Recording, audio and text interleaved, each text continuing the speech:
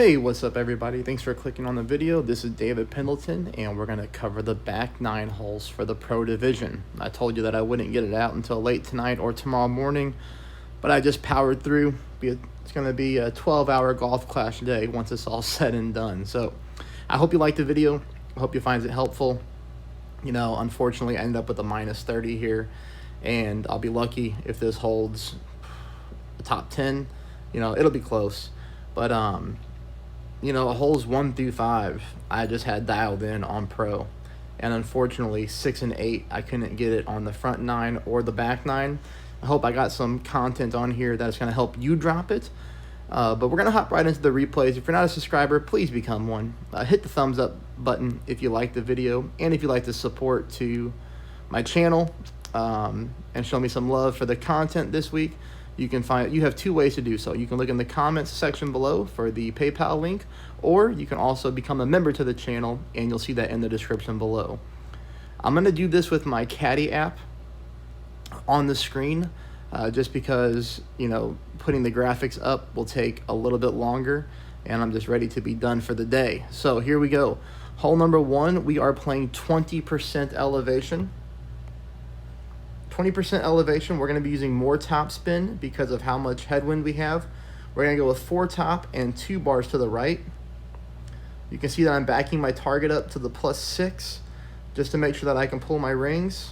I pull into overpower just a little bit, but I don't overpower the shot because distance does not matter on this shot. Distance, no big deal. We're just looking to get this ball up the fairway and on top of this little hill here, and we're good to go. All right, so we hit a 327, no big deal. Now, I'm going to pause this because I want you to take a look at what I'm doing here.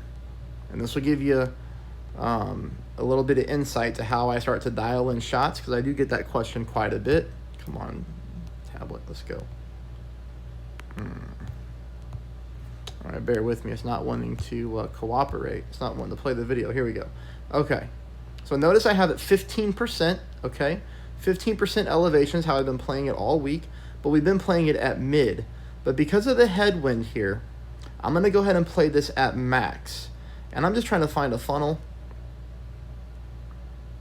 I got a little sloppy with it, but let's fast forward. Okay, I went with max backspin. Max backspin, and I offset just a tad to the left-hand side of the cup. Remember, this is 15% at max. I did not get this ball up high enough on the hill in order for this ball to come down fast. So at this point, I have to guess what to do on my next account. So here, I want you to notice the app. I am bumping this up to 30% elevation. 30% elevation, which is 6.3 rings, okay? I'm going to change the spin based off my failures on the first shot. So this is going to be 4.5 back, and it's like 1.8 right. Now, look how high up I'm getting on the hill here. I have not played the shot like this high up this week at all, but we're going to need it for the headwind, and I do make this shot. This is 30% at max, favoring the left-hand side of the hole. You're going to see the big ring pull here. I mean, it's not big, but it's 6.2 is much bigger than we've had to play this shot all week. We've been able to play it 1 for 1, but this headwind is really creating a little bit of havoc on the back 9. You're going to see here I do kick it up high on the green, which is going to come in really nicely for a dead center shot. Right at pin, we're good to go. All right, there's the eagle. I wish I would have got it on both, but that's the benefit of having 2 accounts. All right, this is 30% at max. I missed it on 1 account, but this is my correction on this account. Half a bar of backspin, 1 bar of side spin to the right. That's it. Yellow ring right on the rough line here, as you'll see. I'm at the +4 yard mark of a sniper 10. Ball guide line going through the hole. Ball guide line also favoring the right-hand side of the hole. Again, 30% at max.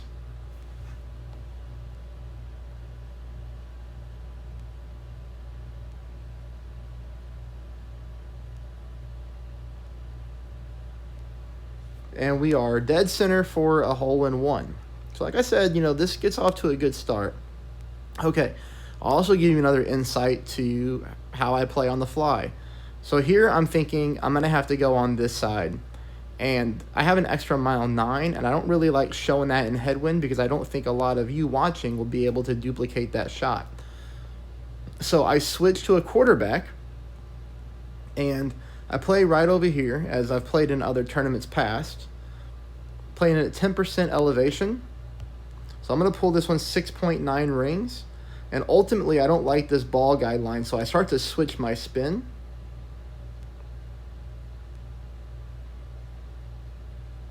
And as you saw, I was pulling into overpower, and I had to overpower the shot. So at the end of the day, I don't like this shot. Fast forward, it doesn't matter. This is going to leave me with shot number 2. Now we can take a look at shot number 2 on both accounts, because maybe it'll help us learn something. I was going to go for the rough bump, but I couldn't get there, okay? So this is 1 back, 1 right. This is going to be pulled 1 for 1, so 4.5 rings. Perfect ball. Too hot, really not even close. But again, that's attempt number 1. So I'm a little bit more prepared this time when I hop over to my other account. I didn't like the quarterback shot, so I'm going to stick with the extra mile. But I'm going to play right over here at 10% elevation. And this time with the extra mile, I'm going to have to pull less rings, and I can get more power. So this is going to be a better drive for us to do. Again, 10% at max, 5 top, 3 left. So that was right at 3 rings. Perfect ball. And this is the type of shot that we're looking for. We want to get high up on the fairway, because that's going to make shot number 2 a lot better. So you can see here, now I'm playing with negative elevation because we're going for the rough bump. And we learned that in the opening round, in the qualifying round, that negative elevation was better on this hole for the rough bump. But ultimately, you see there, 3 top, 1 right, just way too much it looked like. So now I back this up quite a bit. 1 top, 1 right, ball guideline through the hole. Minus 10% at max.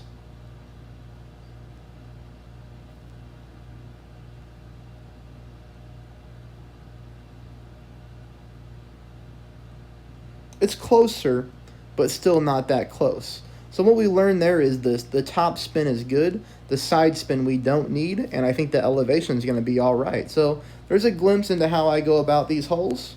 Here is going to be hole number 4. Hole number 4, I pick up a hole in one on both accounts, which I'm definitely excited about that. All right, so here we're going to go with about half a bar of backspin because this green can roll a little bit fast.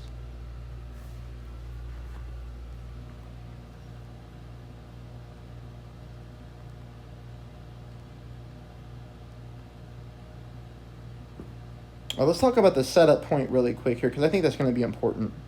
So we're aiming at the pin, but notice how I have a little bit of my orange ring in the rough.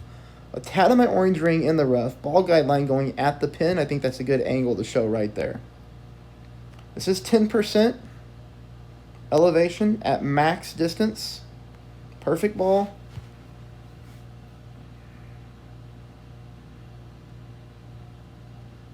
That's dead center for a hole in one. So very excited on the front 9 start. I hop over to my other account, 10%. Gonna go ahead and play it at max. Since I already dropped it 1 time with a free ball, for you, the audience, I'm gonna go ahead and give myself a little bit of advantage on the account that I was in the hunt for a first place. So again, I'm just trying to line this up exactly the same. You see I'm putting that orange ring in the rough, just a fraction of the orange ring in a rough.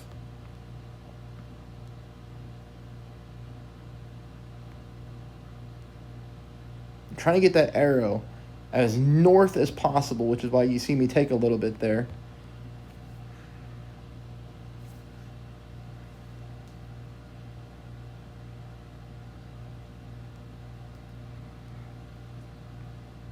And we sneak this one in just barely onto the right-hand side. So if anything on this hole, we would like to favor an 11:59 pull angle. We'd want to eliminate any vibration from 12 to 12:01. Okay, hole number 5. This is nothing new. We're playing this one 0%. I'm using the bounce over shot. You can use your extra mile. You can use a big topper. Doesn't really matter to me. But, you know, we can skip through the pool because we're playing this the same way we have the entire tournament. Now, we're going to go to shot number 2. Shot number 2, you're going to see me play 10% with my Guardian, okay? 10% with the Guardian, and I'm at the absolute minimum distance line, which I think ended up hurting me overall. I'm going to go max backspin. And what I should have done here and what you need to correct is you need to move your target up and play this up higher on the hill. But man, I think the landing spot is really good. I'm right there, about 1 green square left of the hole on the very left-hand side of that dark green row.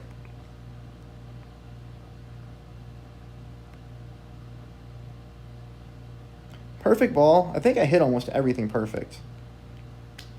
But I just don't get up high enough on the hill to get that ball to slope down towards the pin at a better speed. So very, very close to the albatross.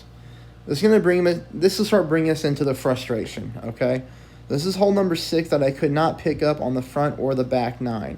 If you're using a money ball, I suggest you pop out a wind resistance 3, 4, or 5, power 5 ball. So like a Megalodon ball, I don't know. But wind resistance 3 or better, power 5. Try to cut down this headwind.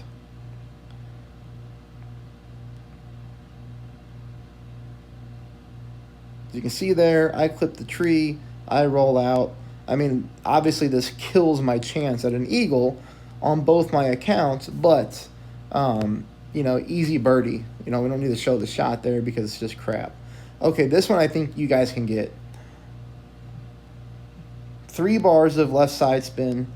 And notice here I'm using about 0.2 backspin.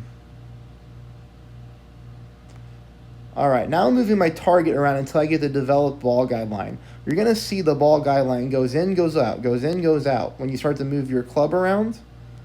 See that? That's what I'm looking for right there. And kind of notice the offset position. You can also reference the white ring is dipping into the sand, as you see right there. This is pulled 20%. 20% at max. Perfect ball. It comes so close, man. So close. This would have been a huge drop to get. So I almost want to say we just go no backspin. I mean, we leave it right at the pin. So no backspin and copy that landing position, and you might be able to sneak that one in there for a hole-in-one on a very tricky par 3. Okay, hole number 8. Hole number 8, here's what I did. I was in a situation that ended up being unfortunate for me. My opponents went first, and both of my opponents made good drives to where I thought they were going to pick up the eagle. So I decided to gamble and go for green, and I watered the ball on one account, but the opponent did eagle, so they saved my birdie. I do wish the game would eliminate that aspect. I believe that we should have to play out our holes and earn it, but I did take advantage of a situation. This is my opponent going first, and I want to show you their shot. APOC 4 with the Berserker.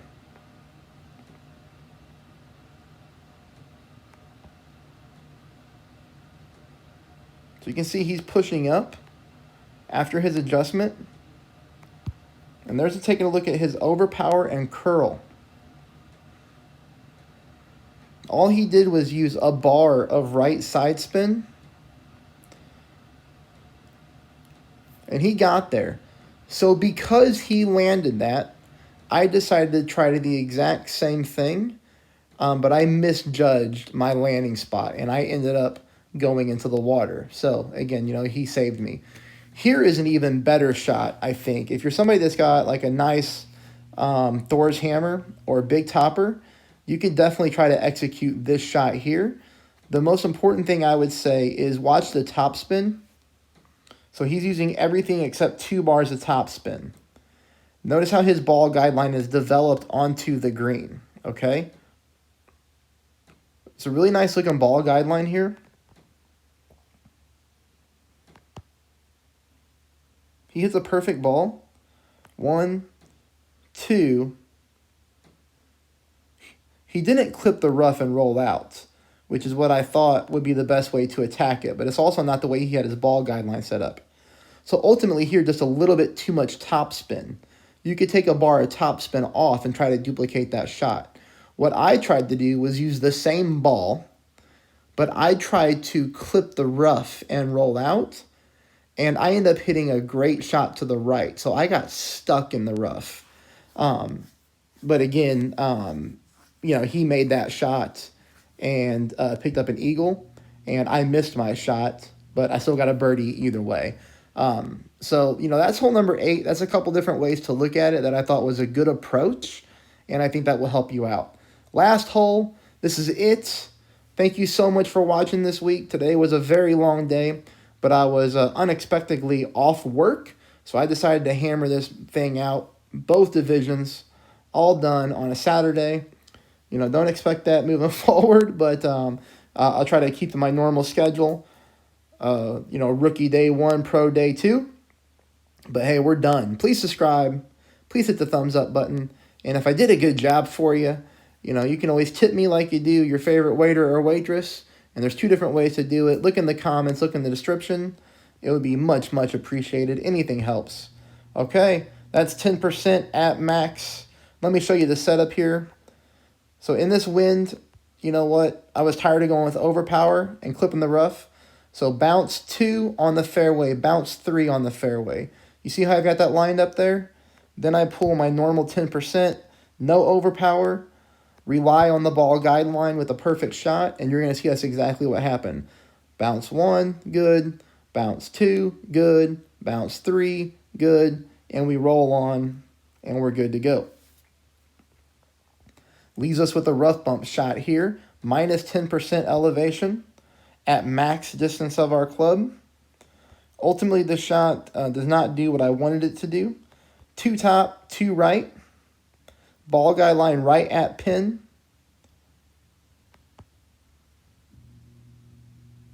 I went fast there on that ring pull. I'm sorry. Let me back it up.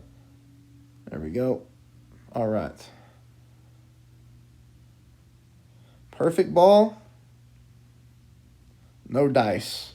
Needed to go ahead and go with the full 3 bars of left spin and recalibrate from there. Hey, good luck, everybody. Let me know how you do in comments. I appreciate you all.